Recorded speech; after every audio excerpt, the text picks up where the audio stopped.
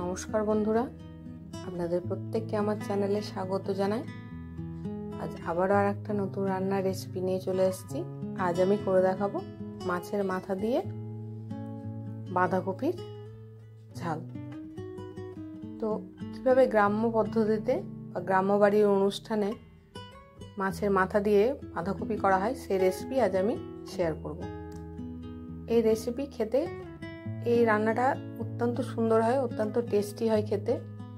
আর আমাদের গ্রাম বাংলার বাড়িতে এইসব রান্না অনুষ্ঠানে খুবই হয়ে থাকে। তো প্রথমেই আমি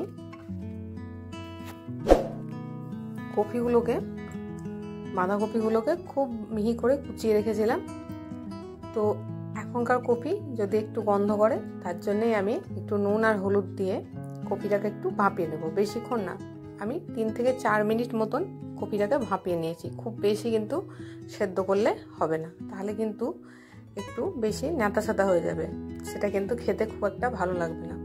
তা আমি শুধু জাস্ট 3 থেকে 4 মিনিট মতন ফুটিয়ে নিয়েছি, ঢাকা না দিয়ে। কিন্তু আমি ঢাকা দিইনি।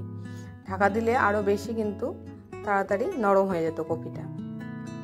তো আপনারাও এইভাবেই করবেন, তাহলে দেখবেন রান্নাটা খুব সুন্দর হবে। আর তারপরে কপিটাকে জল ঝরিয়ে নিলাম। জল ঝরিয়ে নিয়ে আমি মাছের মাথা দুটো এবার ভালো করে ভেজে নেব। তো মাছের মাথাগুলোকে কিন্তু এইভাবে গোটা করে ভাজবেন না, মাঝখান দিয়ে চিড়ে নেবেন, তাহলে কিন্তু মাছের মাথাটা খুব ভালো করে ভাজা হবে। আর কপিতে কিন্তু মাছের মাথাটা খুব ভালোভাবেই ভেজে দিতে হবে, নাহলে মাছের মাথা কিন্তু ভালোভাবে না ভাজা হলে কিন্তু সেটা কপিতে কিন্তু গন্ধ করবে, একটা আঁচটেনি গন্ধ করবে, সেটা কিন্তু খেতে কিন্তু খুব একটা ভালো লাগবে না। তো দেখুন, আমি মাছের মাথাগুলোকে খুব সুন্দর করে ভেজে নিয়েছি, লাল লাল করে কড়া করে ভেজে নিয়েছি। এবার আমি মাছের মাথাগুলোকে নামিয়ে নিলাম। এবার কড়াইটা একটু পরিষ্কার করে নিয়ে এলাম। নিয়ে এসেই আমি কড়াইয়ের মধ্যে তেল দিয়ে দিলাম। আর এই রান্নাটা অবশ্যই সর্ষের তেলে করবেন, কারণ সর্ষের তেলে করলে কিন্তু তার স্বাদটা খুব বেশি সুন্দর হবে। আমি এখানে একটু গোটা জিরে ফোড়ন দিলাম। আপনারা এখানে মনে করলে তেজপাতাও ফোড়ন দিতে পারেন। আমি কিন্তু তেজপাতা দিইনি, তেজপাতার গন্ধটা খুব একটা আমাদের ভালো লাগে না, তার জন্য দিইনি। তো একটু রসুন থেঁতিয়ে রেখেছিলাম, সেটা দিয়ে দিলাম। আর দুটো পেঁয়াজ কুচি করে রেখেছিলাম, খুবই মিহি করে কুচি করে রেখেছিলাম, সেটা আমি এর মধ্যে দিয়ে দিলাম। এবার পেঁয়াজগুলোকে একটু ভালো করে লাল লাল করে এগুলোকে ভেজে নেব।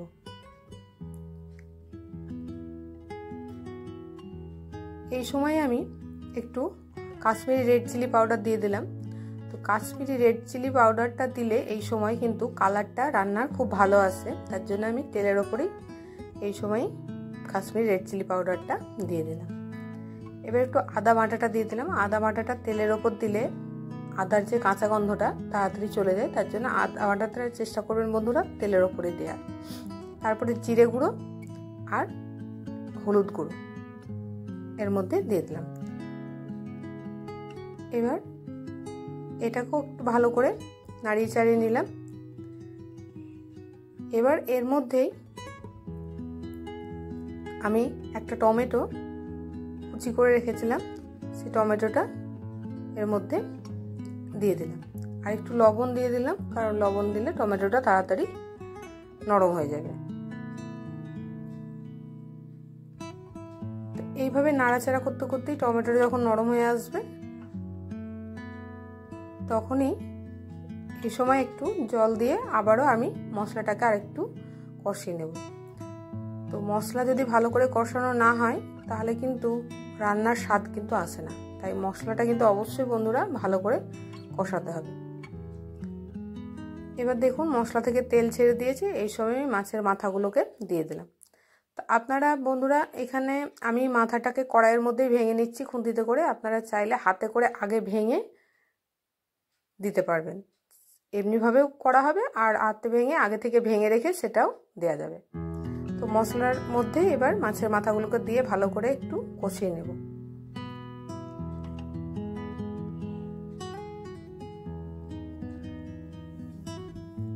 তো দেখুন খুন্তিতে করেই আমি ভালো করে মাছের মাথাগুলোকে ভেঙে দিলাম। দিয়ে এর মধ্যে এবার আমি কপিটাকে একটু কষিয়ে নিয়ে কপিটাকে এর মধ্যে আমি যে সেদ্ধ করে রেখেছিলাম সেই কপিটাকে এবার এর মধ্যে দিয়ে দিলাম। এবার কপিটা দিয়ে আরেকটু নাড়াচাড়া করে নেব। একটু নাড়াচাড়া করে নিয়েই কিন্তু এর মধ্যে আমি লবণ আর অল্প সামান্য মিষ্টি, জাস্ট নুন আর মিষ্টির ব্যালেন্সটা যাতে ঠিক থাকে তার জন্য আমি মিষ্টিটা দিয়েছি।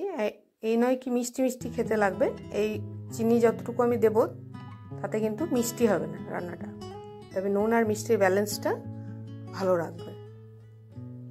তো একটু নাড়িয়ে চাড়িয়ে নিলাম মাথাটা দিয়ে ভালো করে মশলাটা। এবার দেখুন অল্প সামান্য লবণ, কারণ কপিতে আমি আগে লবণ দিয়েছিলাম, আবার টমেটোতেও লবণ দিয়েছি, তো সেই হিসেব করে আপনারা আপনাদের ইচ্ছে মতন স্বাদ মতন লবণটা দেবেন। আর একটু কাঁচা লঙ্কাও এর মধ্যে ঝালের জন্য আমি দিয়ে দিলাম। তো এই একটু কষিয়ে নিয়েই কিন্তু কপিটাকে এবার আমি ঢাকা দিয়ে রেখে দেবো 10 থেকে 15 মিনিট মতন। দেখুন ভালো করে আমার কষানো হয়ে গেছে। এবার আমি ঢাকা দিয়ে এটাকে, ফ্লেমটাকে অবশ্যই সিমে রাখবেন, লো করে রাখবেন, নিয়ে ঢাকা দিয়ে এটাকে 10 থেকে 15 মিনিট রেখে দেবেন। তো দেখুন বন্ধুরা 10 মিনিট হয়ে গেছে। এবার 10 মিনিট পরে দেখুন রান্নার কালারটা একদম পুরো চেঞ্জ হয়ে গেছে, কত সুন্দর কপিটার কালার হয়েছে, আর এত সুন্দর একটা ভালো স্মেল আসছিল বন্ধুরা, আমি বলে বোঝাতে পারবো না, দারুণ। আপনারা একবার করে ট্রাই করে দেখবেন বাড়িতে। তো দেখুন কত সুন্দর সেদ্ধ হয়ে গেছে। তো নামাবার আগেই আমি একটু গরম মশলা এর মধ্যে দিয়ে দিলাম। গরম মশলাটা দিয়ে আবারও আমি ভালো করে এটাকে নেড়ে চেড়ে গ্যাসটাকে অফ করে দিয়ে আবারও আমি 2-3 মিনিট ঢাকা দিয়ে এটাকে রেখে দেবো, কিন্তু গ্যাসটাকে অফ করে। তাহলে কিন্তু আমার রান্নাটা পুরোপুরি একদম রেডি হয়ে যাবে।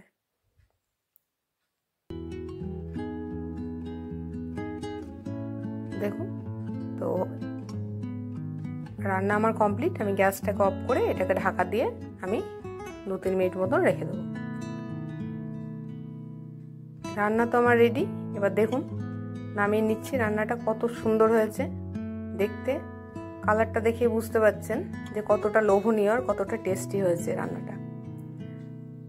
তো কেমন লাগলো বন্ধুরা রান্নাটা অবশ্যই জানাবেন, আর ভালো লাগলে লাইক শেয়ার সাবস্ক্রাইব করতে কিন্তু অবশ্যই ভুলবেন না। ভালো থাকবেন, সুস্থ থাকবেন। আজকের মতো এখান পর্যন্তই, টাটা।